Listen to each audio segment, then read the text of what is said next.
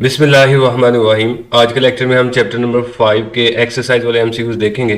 MCQs number 5.1 है the reason of stress strain curve which obeys Hooke's law is. इसमें आपने ये बताना है कि स्ट्रेन और स्ट्रेस के दरमियान में जो कर्व बनती है जो ओबेज करती है हुक्स लॉ को, यानी कि हुक्स लॉ को फॉलो करती है, उसको हम किसका नाम देते हैं? तो उस कर्व को हम नाम देते हैं प्रोपोर्शनल लिमिट का। प्रोपोर्शनल लिमिट में जो हुक्स लॉ है वो फॉलो होगा जिसमें स्ट्रेस और स्ट्रेन आपस में डायरेक्टली प्रोपोर्शनल होंगी। एमसीक्यूज नंबर 5.2 है which of the following is more elastic. नीचे जो मटेरियल दिए हुए हैं इनमें सबसे ज्यादा इलास्टिक मटेरियल कौन सा है?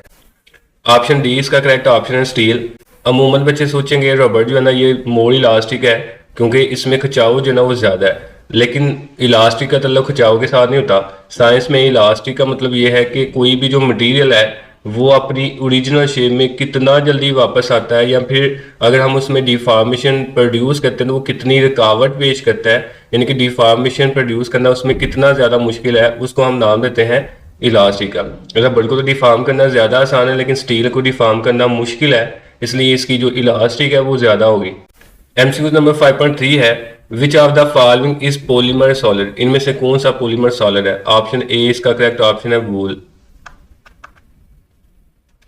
MCQ number 5.4 at the effect of decrease of pressure with the increase in speed of a fluid in a horizontal pipe is। कहता है वो इफेक्ट जिसमें प्रेशर किसी भी फ्लूइड का इंक्रीज हो ज्यादा और स्पीड उसकी कम हो जाती है, तो ये बार बार हमने पढ़ा हुआ है, बर्नौलीज इफेक्ट है, तो ऑप्शन बी इसका करेक्ट ऑप्शन है। MCQ नंबर 5.5 है the pressure will be low when speed of a fluid is. ये ऊपर अभी भी हमने पढ़ा है, जब प्रेशर कम होगा स्पीड ज्यादा होगी, तो ऑप्शन बी इसका करेक्ट ऑप्शन है, स्पीड हाई हो जाएगी। एमसीक्यू नंबर 5.6 है as per law of fluid friction for steady streamline flow the friction.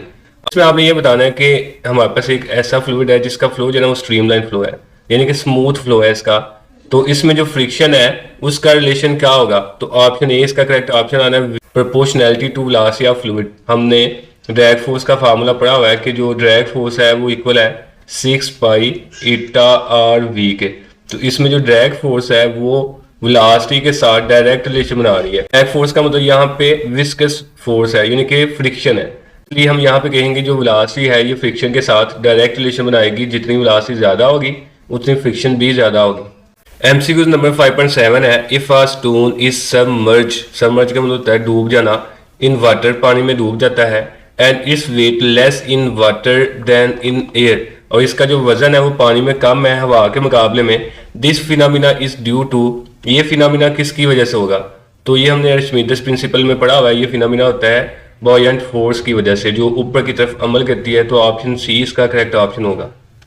MCQ number 5.8 है the principle of flotation. Flotation मतलब तैरने वाला जो असूल है, इस डायरेक्ट एप्लीकेशन ऑफ, वो किसकी एप्लीकेशन है? भाई आर्किमिडीज प्रिंसिपल है, हमने बार बार इसको पढ़ा, तो ऑप्शन सी इसका करेक्ट ऑप्शन होगा। एमसीक्यू नंबर 5.9 है an ideal flow of any fluid must satisfy. जो आइडियल फ्लो है किसी भी फ्लूइड का ये किस इक्वेशन को सेटिस्फाई करता है? तो हमने इसमें दो इक्वेशन पढ़ी हुई हैं, एक बर्नौलीज इक्वेशन और दूसरी है इक्वेशन ऑफ कंटिन्यूटी। तो इसमें ये दोनों ही सेटिस्फाई होंगे, तो ऑप्शन डी इसका करेक्ट ऑप्शन होगा, बोथ बी एंड सी।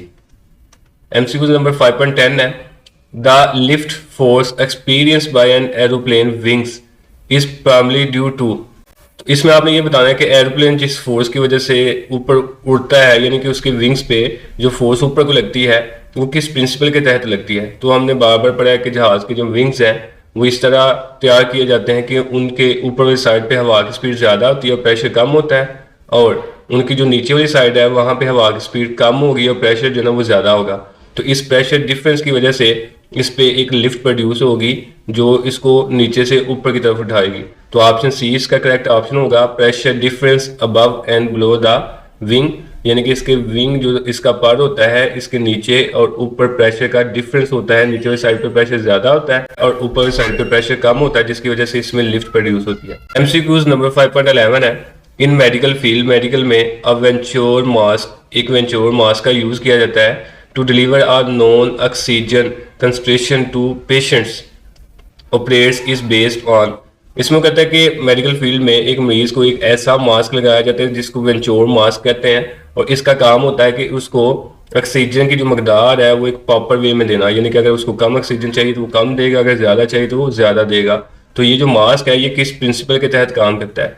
ये काम करेगा जी बर्नौलीज प्रिंसिपल के तहत, क्योंकि उस मास्क के अंदर एक मखसूस किस्म का पाइप यानी कि नाली लगाई जाती है।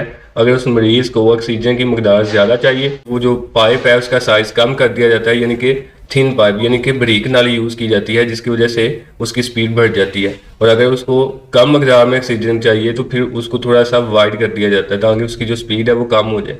तो ये बर्नौलीज प्रिंसिपल के तहत काम करता है, हमने पढ़ा हुआ है। एमसीक्यू नंबर 5.12 है, which of the following is a defining characteristic of a superfluid. इनमें से सुपरफ्लूइड की करेक्टरिस्टिक कौन सी है? भाई सुपरफ्लूइड ऐसा फ्लूइड होता है जिसकी विस्कोसिटी जीरो होती है, तो ऑप्शन ए इसका करेक्ट ऑप्शन होगा, जीरो विस्कोसिटी।